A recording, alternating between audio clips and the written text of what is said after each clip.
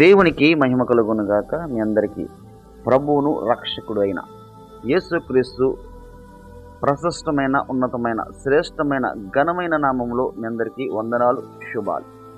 ప్రతిరోజు దేవునితో మనం సహవాసం చేస్తూ, దేవునితో గడుపుతూ, మనందరము దేవుని యొక్క మాట చేత, వాక్కు చేత దినదినము బలాభివృద్ధి పొందుతూ, దేవుడు తన మాట చేత మనందరినీ దినదినము బలాభివృద్ధి కలుగు చేస్తూ, ఆత్మీయంగా మన జీవితంలో శాంతి, సమాధానము, నెమ్మది కలుగు చేస్తూ, తన వాక్కు చేత మనందరి జీవితాన్ని, మన హృదయాలను తెప్పరిల్లా చేస్తున్న విధానం బట్టి దేవునికే స్తుతి కలుగును గాక.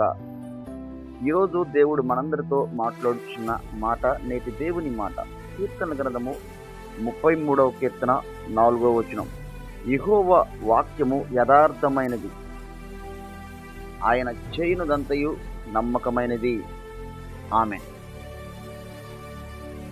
దేవుడు వాక్యము యథార్థమైనది అనగా, వాక్యము అనగా దేవుడు మాత్రమే ఈ లోకంలో నమ్మకమైన వాడు, యథార్థమైన వాడు. అలాగే వాక్యమయున్న దేవుడు వాక్యము కూడా మనందరి జీవితంలో శాంతిని, సమాధానము, నెమ్మది కలుగ చేయగలదు. ఎందుకనగా వాక్యము దేవుడు ఎప్పుడైతే వాక్యమై ఉన్న దేవుడు, నిరంతరము ఏకరీతిగా ఉన్న దేవుడు, జీవం కలిగిన దేవుడు, ఆయనకు ఈ లోకంలో అసాధ్యమైనది ఏదీ లేదు. మనం ఎప్పుడైతే దేవుని వాక్యం ధ్యానం చేస్తూ, దేవుని వాక్యాన్ని హృదయపూర్వకంగా మనం ఎప్పుడైతే అంగీకరిస్తామో, దేవుని వాక్యాన్ని మన జీవితంలో అనువదించుకొని ఆ వాక్యానుసారంగా ఎరిగి మనం ఎప్పుడైతే నడుస్తామో, వాక్యమైన దేవుడు మన జీవితంలో గొప్ప కార్యాలు చేయగలడు.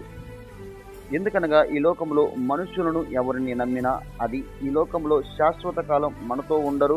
అది కొంతకాలం మాత్రమే మనకుంటాయి. ఈ లోకంలో ఎన్ని బంధాలు, బంధుత్వాలు, మిత్రులు, స్నేహితులు ఎంతమంది ఉన్నా, ఎన్ని బంధాలు ఉన్నా, అవి ఈ లోకంలో కొంతవరకు మాత్రమే, తాత్కాలికమైన మన జీవితంలో భాగమై ఉంటారు. కానీ దేవుని వాక్యము, దేవుడు యథార్థంగా మనతో పాటు ఉండే దేవుడు. అలాగే ఆయన చేయనుదంతయు నమ్మకము కలిగిన వాడు, ఆయనే నమ్మదగిన దేవుడు, నిన్న నేడు ఏకరీతిగా ఉన్న దేవుడు, అలాగే నీతిమంతుడు. కాబట్టి ఎప్పుడైతే మనం దేవునిపై ఆధారపడతామో, దేవుని వాక్యాన్ని మన హృదయంలో ధ్యానం చేస్తూ, ఎవరైతే దేవునిపై మాత్రమే ఆధారపడి విశ్వాసం ఉంచుతారో వారి జీవితంలో దేవుడు కూడా గొప్ప కార్యాలు, బలమైన, ఉన్నతమైన కార్యాలు వారి జీవితంలో దేవుడు చేయగలడు. ఆమేన్.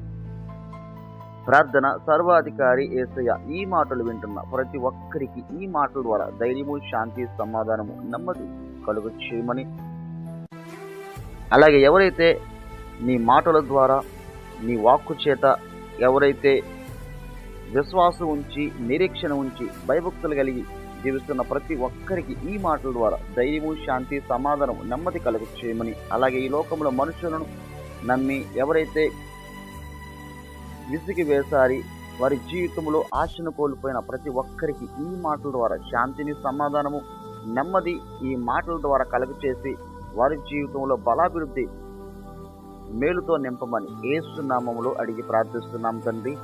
ఆమేన్. మీ అందరికీ వందనాలు. దేవుడి మాటల ద్వారా మీ అందరినీ దీవించునుగాక. ఆమేన్.